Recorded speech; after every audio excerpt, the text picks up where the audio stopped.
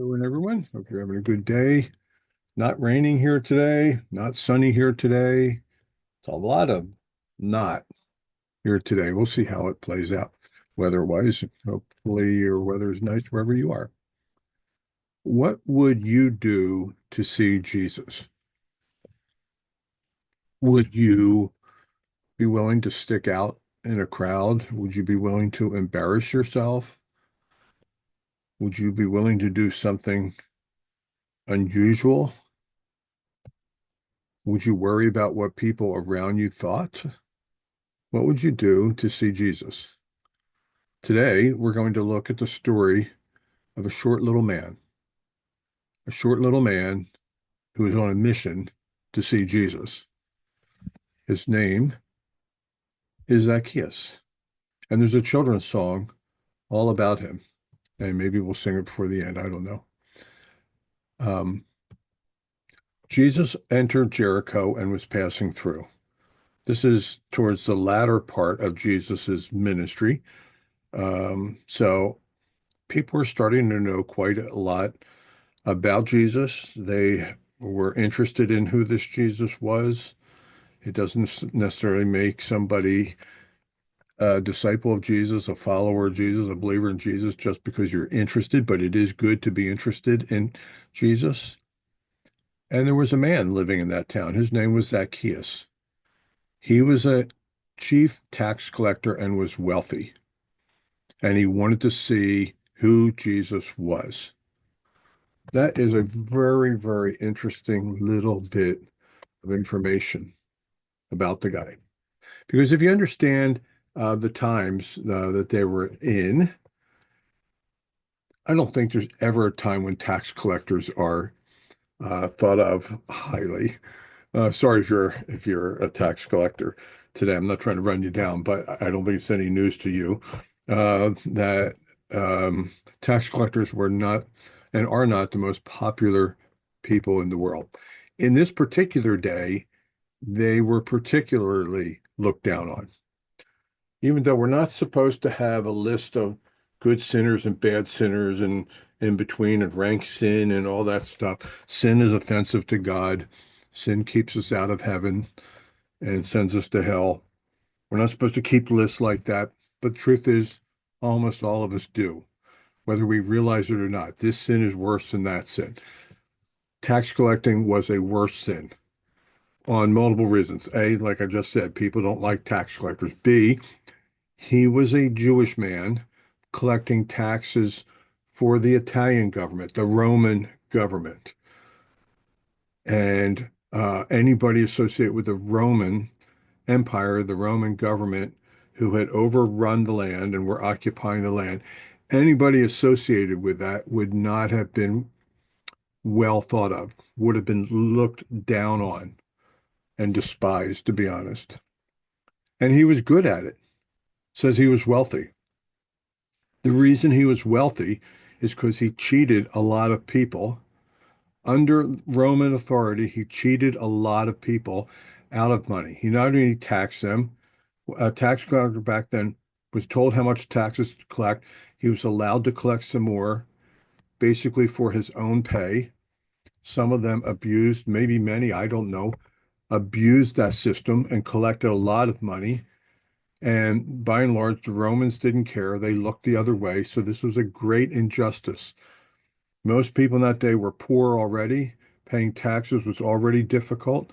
And then to have somebody come along, one of their own, working for the other side and take even more money. I hope you're getting the picture.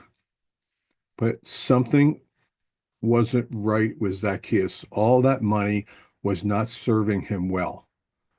He was not satisfied in life. I was thinking of an interview I heard recently with Shaquille O'Neal and how he's he's been talking to a Philadelphia Eagle that retired recently, who's very popular, Jason Kelsey, and he's warning him, said, "Don't get caught up in all of that. Remember the things that are important." And basically, Shaq went on to explain how he didn't heed his own advice. And now he lives alone in a very expensive house with a lot of money, and he lives alone. and he has a lot of regrets. I think that is Zacchaeus. And he knew Jesus had something, and he wanted to find out what that was. So let's come back to our story. He wanted to see who Jesus was, but because he was short, remember, this is our podcast series called Little Things. He was short. He was so short, he couldn't see over the taller people, not tall people, just taller people in front of him. So it says in verse 4 that he ran ahead and he climbed a sycamore fig tree to see him, since Jesus was coming that way. And when Jesus spotted or reached the spot, he looked up at this unusual sight of somebody hanging from a tree, trying to get a glimpse of him, trying to learn even a little bit something about Jesus. He wanted to believe in Jesus because he had heard so many good things. Excuse me. But he needed to see Jesus first. And he says, Zacchaeus, get down out of that tree. I have to stay at your house today. And so he came down at once and he welcomed him gladly. It wasn't just a polite greeting into his home. I believe this is the moment when he became a Jesus follower. He saw in Jesus all that he hoped he would be. There's probably more to the conversation.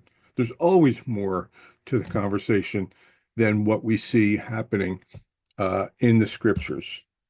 So there's probably even more conversation. He found in Jesus what he had been looking for. What he couldn't find in money, he found in Jesus, and he welcomed him gladly. But the people around him began to mutter, he's gone to be in the house of a sinner. Remember, I said people tend to rank sin, and this was a worser sin. And so he's gone to be in the house of a sinner. But Zacchaeus stood up and said to the Lord, look, Lord, here I am, or here, and now I give half of my possessions to the poor. That's who he took the money from to begin with. And I love this part. If I've cheated anybody out of anything, he certainly had cheated people out of something. That was kind of an indirect way. It's an indirect society. They're not bold and forward like our culture. And this is the way you would have said it. And if I have cheated anybody out of anything, I'll pay him back 4 times the amount. Jesus said to him, today salvation has come to this house because this man too is a son of Abraham, for the Son of Man came to seek and save that which is lost. Don't get mixed up in all this. He did not get saved because he was willing to give the money away and give money back to those that he cheated. He was already a follower of Jesus at that point. He was already in the family. He was already in the kingdom of God. He simply now is beginning to live out the very principles, the very values that any Jesus follower should be willing to live out. All that Jesus taught about, from the Sermon on the Mount on through to all the other teaching and the other teachings we find in the New Testament. It's come alive for him now because he's become a Jesus follower and he can't help himself. I'm going to give it away. The money was doing me no good. I'm going to start by giving half of it away. I'm going to follow that up by looking in my records and look at who I cheated along the way, and I'm going to give those people 4 times the amount I cheated. Can you imagine? Here comes the tax collector back, and you're thinking, oh my goodness, here we go again. He's going to try to take what little bit of money I have left. He's going to come and try to take it. And Zacchaeus walks up and says, listen, in February of last year, you came to pay your taxes, and I made you pay $100 extra. And I feel really bad about that. I'm going to give you $400 back right now. That's what would have been happening.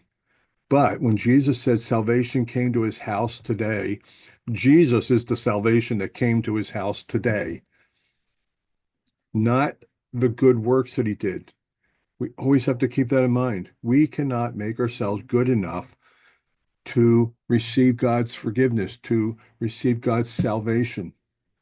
Jesus is the forgiveness. Jesus is the salvation. And we receive him first into the house of our own life through faith in him. And then we go out and respond to that wonderful act of love and grace.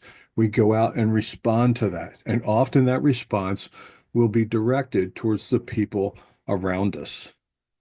That's another theme that we have talked about many times in this podcast. Our faith in God, our love in God has to be coupled to our actions and attitudes towards the people around us. That's what Zacchaeus was modeling for us today. So he was a little man, a short man with a big future because the grace of God had finally come into his life and he found what he was actually looking for throughout his life. That's my word for today, and I hope it blesses you. And Lord willing, I hope to see you on Friday. To all my American family and friends, happy Thanksgiving tomorrow. And I am going to try to have a podcast up, even though I'm away. I'm going to try to have a podcast up on Friday. So look forward to seeing you all then.